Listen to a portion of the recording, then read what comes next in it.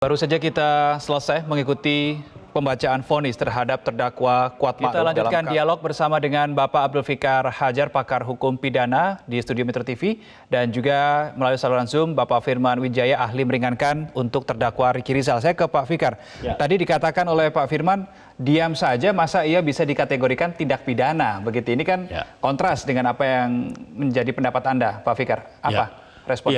Mengetahui terjadinya suatu tindak pidana dan tidak melakukan upaya-upaya pencegahan, itu menurut saya bisa dikualifikasi sebagai peserta, ya, sebagai orang yang menyetujui. Nah, bahwa kemudian ada pembelaan, bahwa ada pola relasi yang menekan, umpamanya ya, yang menindas antara si pelaku dengan orang yang hadir di situ yang tidak melakukan apa-apa, ya.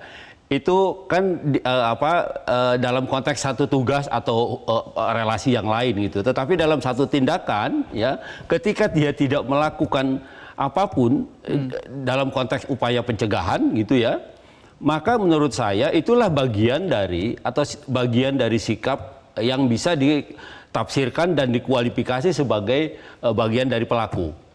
Jadi sikap diam itu kalau menurut saya juga bisa menjadi diam terhadap terjadinya tindak pidana di sebelahnya atau bahkan di depan matanya gitu ya, dia tidak melakukan apa-apa. Nah, itu menurut saya juga itu sebuah kesalahan itu. Karena itu dalam konteks perkara ini jaksa mengkualifikasinya sebagai pelaku juga, ya, pelaku peserta, dia pelaku juga gitu. Oke, apalagi pada saat kejadian ya Pak Fikar. Betul. Setelah kejadian, sesuai dengan pernyataan awal, kan ada karangan cerita yang dibuat bahwa Kuatma'ruf ini berada di lantai 2 sedang menutup pintu, kemudian dengar tembak-menembak, kemudian ia tiarap. Ia turut menyampaikan cerita itu. Apakah ini berarti bisa dimaknai bahwa ia juga dimaknai dalam proses rekayasa tindak pidana ini? Ya, saya kira kalau bagian dari perilakunya itu menutup pintu, menutup jendela dan sebagainya. Itu cerita karangan ya? Ya. Kalau itu kemudian didukung oleh keterangan lain gitu ya, maka dia akan menjadi satu alat bukti gitu ya. Artinya dia tidak hanya pelaku peserta, ya, artinya dia pelaku juga, ya, bagian pelaku utama juga karena dia melakukan tindakan-tindakan yang menutup kemungkinan penembakan itu bisa diketahui oleh orang banyak gitu ya, umpamanya menutup pintu dan sebagainya. Nah, itu kan tindakan-tindakan sebenarnya membantu, kalaupun tidak langsung dia sebagai pelaku, tapi itu sudah turut serta dan membantu dan bagian dari pelaku tindak pidana itu sendiri. Kalau terlibat dalam ikut merekayasa cerita kejadian, apakah juga bisa dilakukan dikategorikan sebagai turut serta, Pak Fikar? Nah, persoalannya adalah apakah merekayasa kejadian itu setelah atau sebelum peristiwa. Nah, kalau setelah peristiwa itu menurut saya tindak pidana sendiri, pembohongan, iya kan? Ada tindak pidana sendiri. Tapi kalau merekayasa berbohong ketika melakukan itu, gitu, nah itu bagian dari tindak pidana utamanya, gitu. Baik, Pak Fikar sudah memberikan penjelasan lagi. Saya ke Pak Firman. Pak Firman, dikatakan oleh Pak Fikar, diam ini bisa dikategorikan sebagai tindak pidana karena merupakan bagian dari tidak ada upaya untuk mencegah terjadinya suatu tindak pidana. Apa respon Anda, Pak Firman?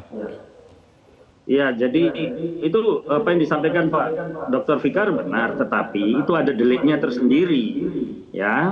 Itu tidak menyangkut pasal menyangkut 340, 338, karena itu kan delik menyangkut kelalaian atau delik nalaten atau delik omission, delik pembiaran, bukan dalam konteks ya perbuatan komission atau yang disyaratkan pasal 340, 382 harus ada perbuatan aktif.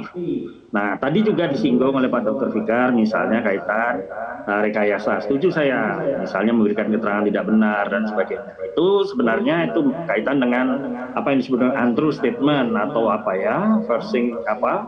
testimoni, ya, jadi atau false testimony, memberikan keterangan yang nggak benar, itu juga ada pasalnya sendiri.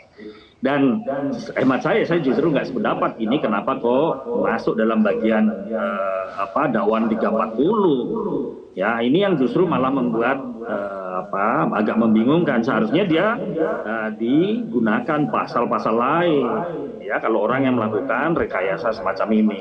Karena pasal menyangkut rekayasa itu sendiri, rekayasa peradilan, itu masuk terhadap kejahatan terhadap peradilan, termasuk obstruction of justice, di mana di dalamnya ada suppression evidence, ya, mengganggu penyidikan, penuntutan, merubah alat bukti, merusak, membuat tidak dapat dipakai, kira-kira seperti itu, Mas.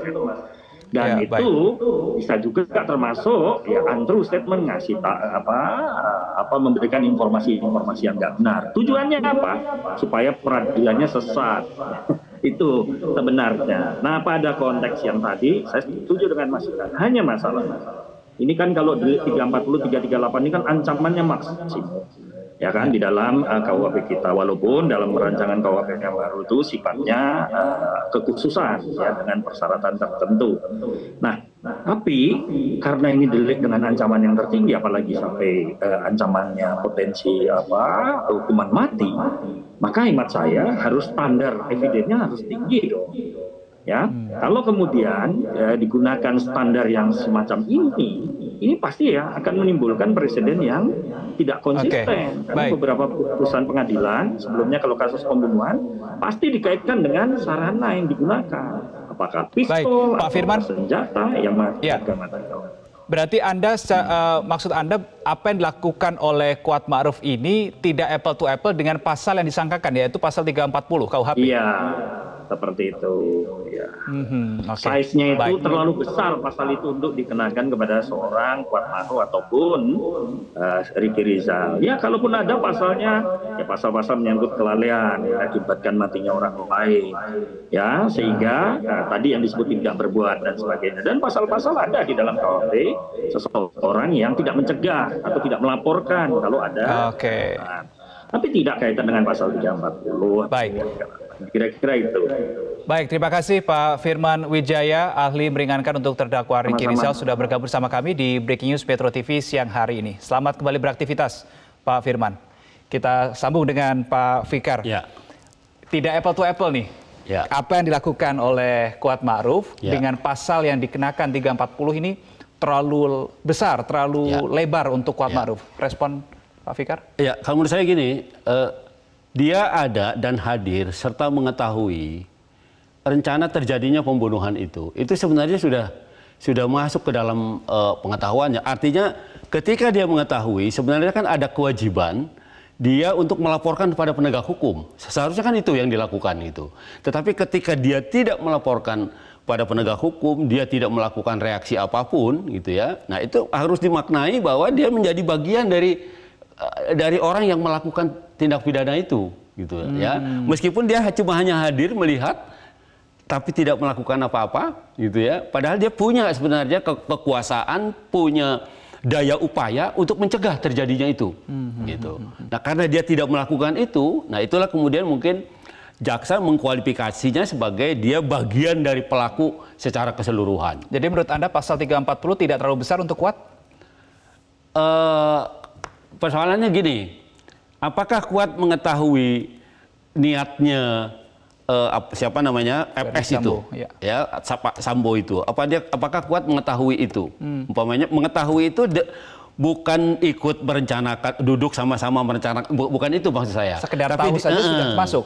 Ya, tetapi dia mengetahui ada rencana, tetapi dia tidak melakukan apa-apa. Kan sama dengan artinya menyetujui rencana. Menurut saya seperti itu. Bisa dimaknai menyetujui? Iya, karena itu jaksa mengkualifikasinya ke sana. Mestinya dia bisa gitu. Meskipun dia bagian dari keluarga itu, sebagai pribadi yang subjek hukum yang punya kemerdekaan, mestinya dia bisa pergi keluar melaporkan itu pada entah atasannya Pak Sambo, entah polisi mana, supaya mencegah terjadinya peristiwa itu. Mestinya itu yang dilakukan. Baik, terima kasih Pak Abdul Fikar Hajar, pakar hukum pidana, sudah berbagi sudut pandang di Breaking News Metro TV siang hari ini. Selamat kembali beraktivitas Pak Fikar.